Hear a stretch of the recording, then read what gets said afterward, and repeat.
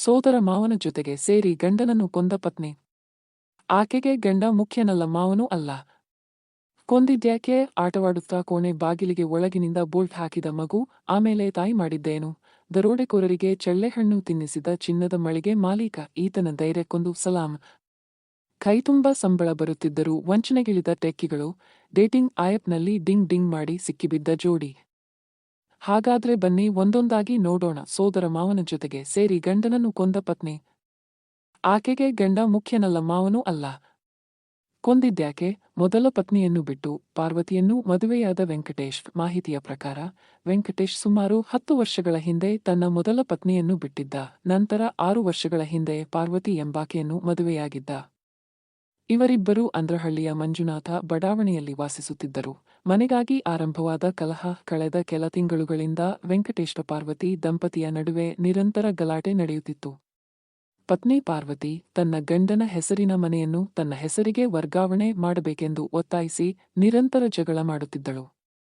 ಮನೆಯನ್ನು ತನ್ನ ಹೆಸರಿಗೆ ಬರೆಯದಿದ್ದರೆ ಕನಿಷ್ಠ ರೂ. 6 ಲಕ್ಷ ನಗದು ನೀಡಬೇಕು ಎಂದು ಪತಿ ಮೇಲೆ ಒತ್ತಡ ಹಾಕುತ್ತಿದ್ದಳಂತೆ.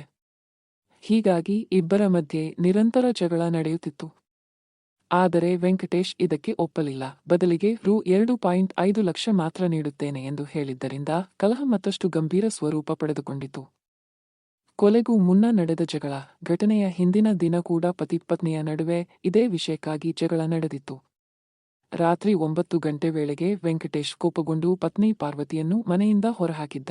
ಆಕ್ರೋಶಗೊಂಡ ಪಾರ್ವತಿ ತಕ್ಷಣ ತನ್ನ ಸೋದರಮಾವ ರಂಗಸ್ವಾಮಿ, 58 ವರ್ಷ, ಇವರಿಗೆ ಕರೆ ಮಾಡಿ ಮನೆಗೆ ಬರುವಂತೆ ಹೇಳಿದಳು.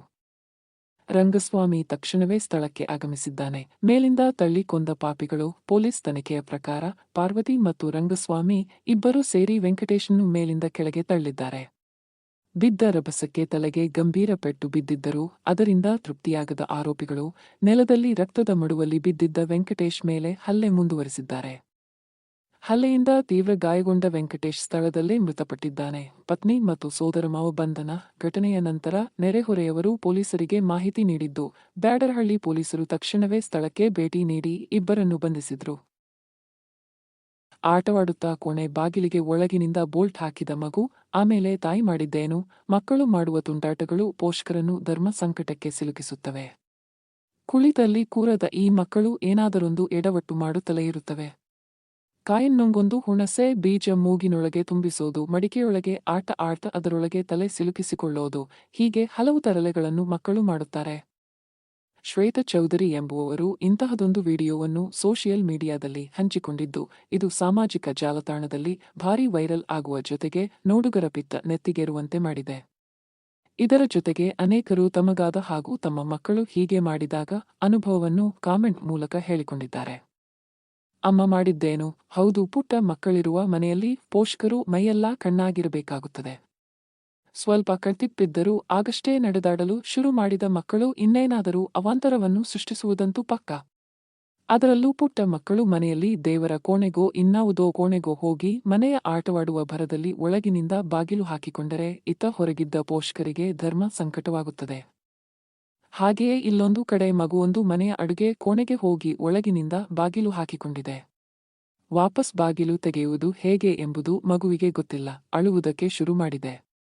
ನಂತರ ತಾಯಿ ಏಣಿಯೊಂದನ್ನು ಇಟ್ಟು ಕಿಟಕಿ ಬಾಗಿಲಿನಿಂದ ತುಸು ಮೇಲೆ ಇರುವ ಕಿಟಕಿಯ ಮೂಲಕ ದೊಣ್ಣೆಯನ್ನು ಕೆಳಗೆ ಬಿಟ್ಟು ಬಾಗಿಲಿನ ಚಿಲಕ ತೆಗೆಯುವ ಪ್ರಯತ್ನ ಮಾಡಿದ್ದಾರೆ. ಆದರೆ ಅದು ಕೈಯಲ್ಲಿ ಚಿಲಕ ತೆರೆದಂತೆ ದೊಣ್ಣೆಯಿಂದ ತೆಗೆಯುವುದಕ್ಕೆ ಆಗುತ್ತಿಲ್ಲ. ಇತ್ತ ತಾಯಿ ಮೇಲಿನ ಕಿಟಕಿಯಿಂದ ಮಗುವನ್ನು ನೋಡುತ್ತಾ ಹೇಗೆ ಬಾಗಿಲಿನ ಚಿಲಕವನ್ನು ತೆಗೆಯಬೇಕು ಎಂಬುದನ್ನು ಹೇಳಿ ಕೊಡುತ್ತಿದ್ದಾರೆ. ಆದರೆ ಆ ಪುಟ್ಟ ಮಗುವಿಗೆ ಅದನ್ನು ತೆಗೆಯುವುದು ಹೇಗೆ ಎಂದು ತಿಳಿಯುತ್ತಿಲ್ಲ. ತಾಯಿಯ ಹಲವು ಪ್ರಯತ್ನದ ನಂತರ ಮಗುವಿಗೆ ಬಾಗಿಲಿನ ಚಿಲಕ ಹೇಗೆ ತೆಗೆಯಬೇಕು ಎಂಬುದು ತಿಳಿದಿದ್ದು, ಸ್ವತಃ ಮಗುವೇ ಬಾಗಿಲಿನ ಚಿಲಕ ತೆಗೆದು ಹೊರಬಂದಿದೆ. ಈ ವಿಡಿಯೋ ಈಗ ಇಂಟರ್ನೆಟ್ನಲ್ಲಿ ಭಾರೀ ವೈರಲ್ ಆಗ್ತಿದೆ. ವಿಡಿಯೋ ನೋಡಿದವರು ಹಲವು ಕಾಮೆಂಟ್ ಮಾಡಿದ್ದಾರೆ. ಆಕೆಯನ್ನು ಒಂದು ದಿನ ಅಲ್ಲೇ ಬಿಡಿ, ಊಟ ಅಡುಗೆ ಮಾಡಲಿ ಎಂದು ಒಬ್ಬರು ಕಾಮೆಂಟ್ ಮಾಡಿದ್ದಾರೆ. ಇದನ್ನು ನೋಡುವುದಕ್ಕೆ ಕಿರಿಕಿರಿಯಾಗುತ್ತದೆ ಎಂದು ಮತ್ತೊಬ್ಬರು ಕಾಮೆಂಟ್ ಮಾಡಿದ್ದಾರೆ. ನಾನು ಕೂಡ ಇದನ್ನೇ ನನ್ನ ಅಮ್ಮನಿಗೆ ಮಾಡಿದ್ದೆ ಎಂದು ಒಬ್ಬರು ಕಾಮೆಂಟ್ ಮಾಡಿದ್ದಾರೆ. ಬಾಗಿಲಿನ ಮೇಲೆ ಕಿಟಕಿ ಯಾಕೆ ಇಡ್ತಾರೆ ಅಂತ ಇವತ್ತು ಗೊತ್ತಾಯ್ತು ಎಂದು ಒಬ್ಬರು ಕಾಮೆಂಟ್ ಮಾಡ್ತಾರೆ. ದರೋಡೆಕೋರರಿಗೆ ಚಳ್ಳೆಹಣ್ಣು ತಿನ್ನಿಸಿದ ಚಿನ್ನದ ಮಳಿಗೆ ಮಾಲೀಕ. ಈತನ ಧೈರ್ಯಕ್ಕೊಂದು ಸಲಾಂ. ಇತ್ತೀಚಿನ ದಿನದಲ್ಲಿ ಕಳ್ಳತನ, ದರೋಡೆ ಪ್ರಕರಣಗಳ ಸಂಖ್ಯೆ ಹೆಚ್ಚಾಗುತ್ತಲೇ ಇದೆ. ಅಂಗಡಿ, ಮಾಲ್, ಬ್ಯಾಂಕ್, ಆಭರಣ ಮಳಿಗೆಗಳು ಇಂತಹ ಕೃತ್ಯದ ಅಪಾಯಕ್ಕೆ ಹೆದರಿ ಹೆಚ್ಚಿನ ಭದ್ರತಾ ವ್ಯವಸ್ಥೆ ಹಾಗೂ ಸಿಸಿಟಿವಿಯನ್ನು ಅಳವಡಿಸಿರುತ್ತಾರೆ. ಬಹುತೇಕ ಕಡೆಗಳಲ್ಲಿ ಇಂತಹ ಸಿಸಿಟಿವಿ ಇದ್ದರೂ ಕೂಡ ಕಳ್ಳತನ ಮಾಡುವ ಪ್ರಮಾಣ ಇದ್ದೇ ಇರುತ್ತದೆ. ವೈರಲ್ ಆದ ವಿಡಿಯೋದಲ್ಲಿ ನವೆಂಬರ್ 13ರ ಗುರುವಾರ ಸಂಜೆ 5:30ರ ಸುಮಾರಿಗೆ ಅಂಗಡಿಯೊಂದಕ್ಕೆ 5 ದರೋಡೆಕೋರರು ನುಗ್ಗಿದ್ದ ದೃಶ್ಯಗಳನ್ನು ಕಾಣಬಹುದು. ದರೋಡೆಕೋರರು ಕಪ್ಪು ಮುಖವಾಡಗಳನ್ನು ಮತ್ತು ಕೈಗವಸುಗಳನ್ನು ಧರಿಸಿ ಒಲಿವಿಯಾದ ಫೈನ್ ಜ್ಯುವೆಲರಿ ಅಂಗಡಿಗೆ ನುಗ್ಗಿದ್ದಾರೆ.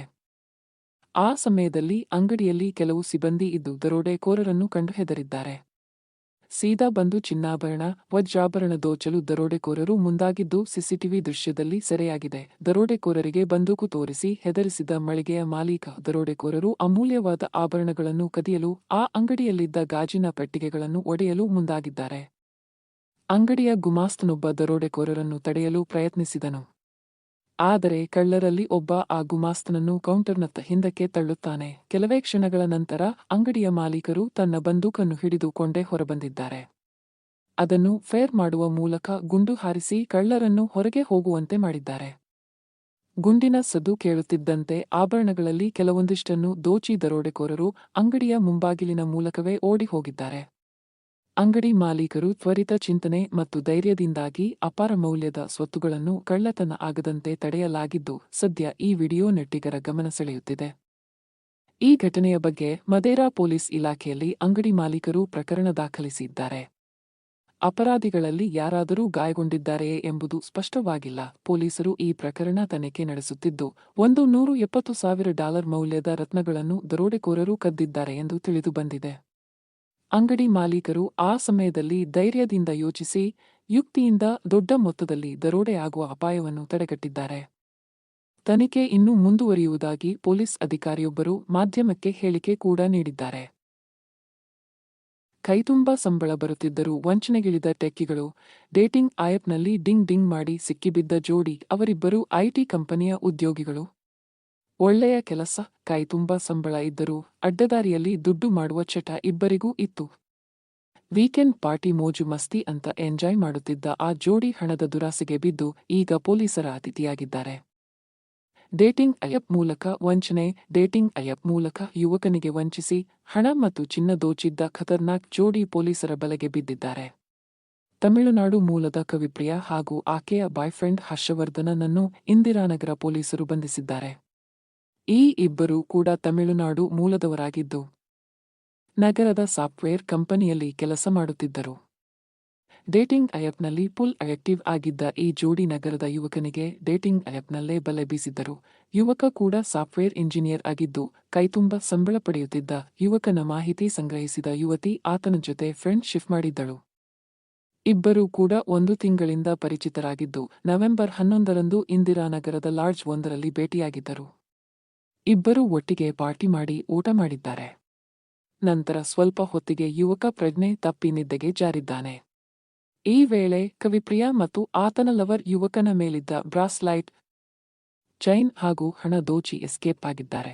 $6.89 ಲಕ್ಷ ಮೌಲ್ಯದ ಚಿನ್ನಾಭರಣ ದೋಚಿ ಎಸ್ಕೇಪ್. ಸುಮಾರು $6.89 ಲಕ್ಷ ಮೌಲ್ಯದ ಚಿನ್ನಾಭರಣ, $12,000 ಮೌಲ್ಯದ ಹೆಡ್ಸೆಟ್ ಮತ್ತು $10,000 ನಗದು ದೋಚಿದ್ದ ಜೋಡಿ ಬ್ರಾಸ್ಲೈಟ್ನ್ನು ನಗರದಲ್ಲಿ ಆಡ ಇಟ್ಟು ತಮಿಳುನಾಡು ಸೇರಿದ್ದರು.